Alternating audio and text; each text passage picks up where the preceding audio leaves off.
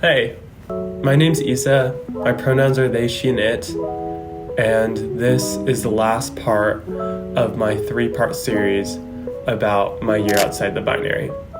So one of the main important parts that I didn't really cover in the last video is that when I went to Europe, I came out to my entire family.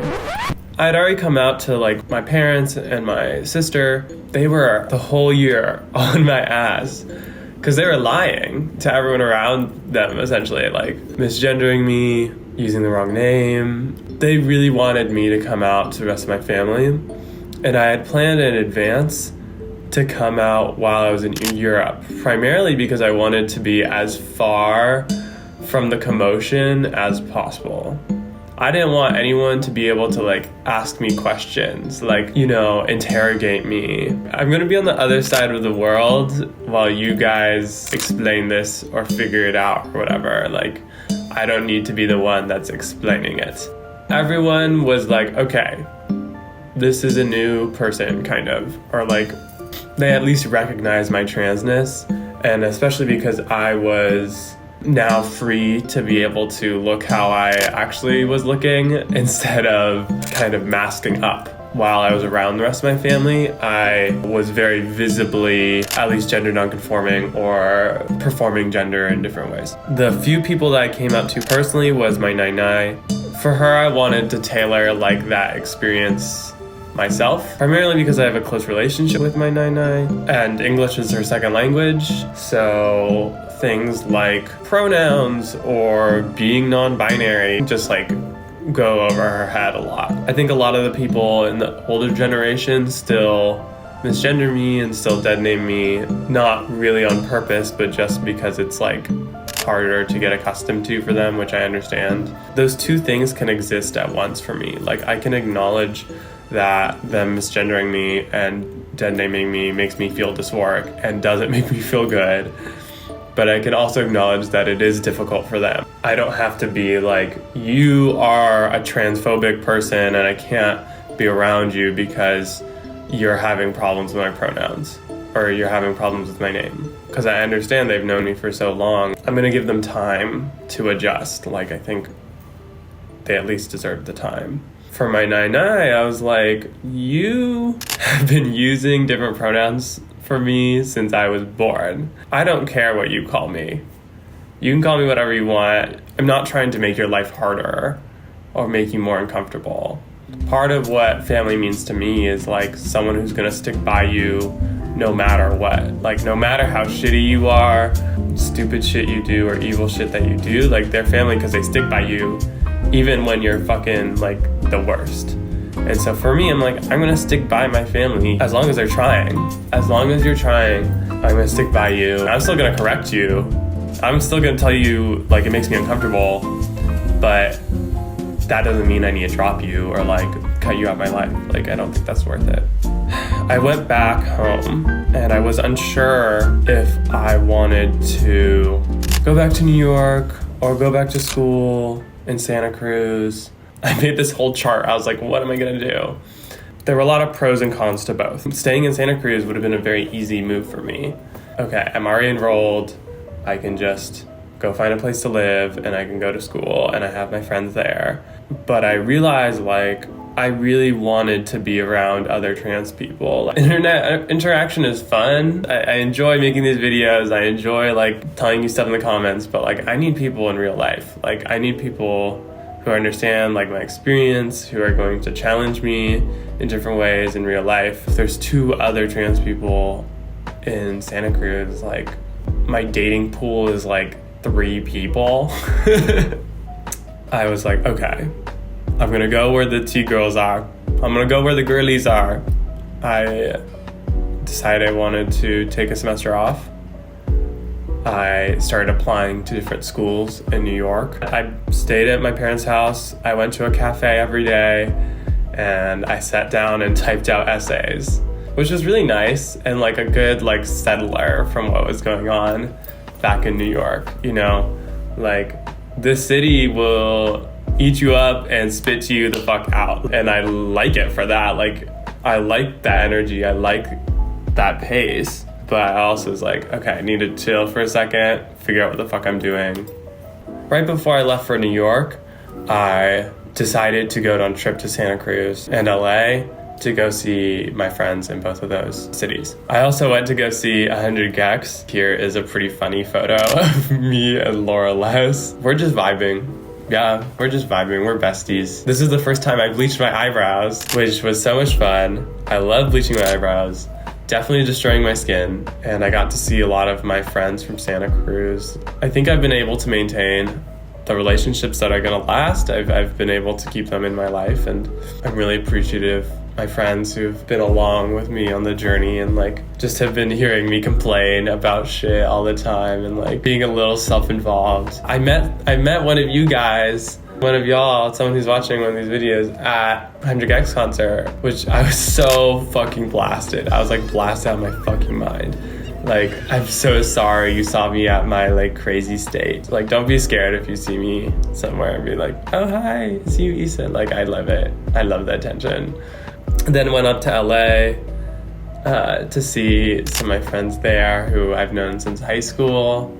I feel like I'm turning them into bread tubers a little bit. I'm turning them into like leftists. I don't think it's me necessarily. I think it's also just like the world is kind of crazy. Like, that's not on me.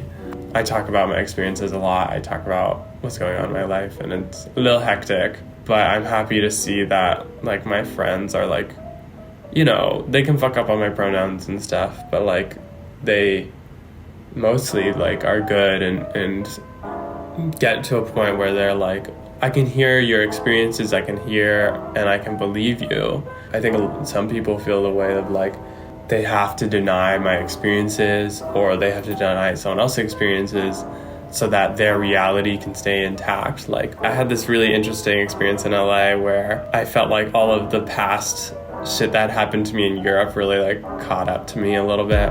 I was alone, just chilling in my car because I was like passing the time, I guess. And my windows were rolled down because I was like hot as fuck. And this guy came up to me. He looked like a total fucking crack addict, like little like pieces of skin like falling off his fucking face. And he was like, what you doing later today? And I was like, not anything with you. And then he tried to sell me his scooter. Please, like, fuck off. Please fuck off. I went into Spirit Halloween. I had one of my trans necklace on that my dad got me. I was walking around the store a lot. I bought some stuff. I left. I went in my car, and this guy who had been in the Spirit Halloween like followed me to my car, and I was like, what the fuck? And I got in my car, and he was like, hey. And I rolled down the window a little bit. I was like, He's like, what's your Cash App? What do you want my cat, like, what are you trying to pay me for, huh? And I was like, no, I'm good. And I like escaped like a cartoon. But looking back on it, I think he wanted to just give me money because I was trans. I realized some people, that's a one moment that's happened in which a stranger who doesn't know me is like trying to be a good ally, just trying to give me money. And I had totally misconstrued the situation for being like, oh, like, what are you trying to pay for? Like, what do you want from me? Because I just had this experience with this other dude who came up to me and was like trying to get shit from me. So I feel really bad for that guy because I feel like he was ultimately doing the right thing, you know? Give the girls coin. In that moment, I was like thinking about all these other scenarios in which like people had like asked me how much I cost and stuff like that. And I hadn't actually thought that a stranger would like want to do something good for me. I don't know, it was really nice to think about that, like that there are actually people out there who want to support us, who like are invested in trans struggles, who are cis, you know? I feel bad for like making it a really awkward situation and like acting hella like sus with this dude.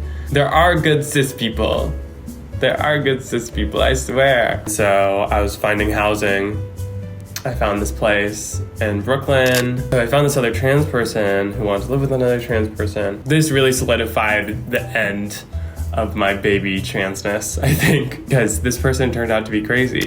Really not a good roommate, really bad situation. I think I remember being like a really young trans person and thinking, oh, every girl is my friend. Every other trans person has my best interest in mind, and like T for T, right? Like we're gonna help each other out. But no, like trans people can be problematic, trans people can have baggage, like, and so I had to move out of that house because it got kind of scary.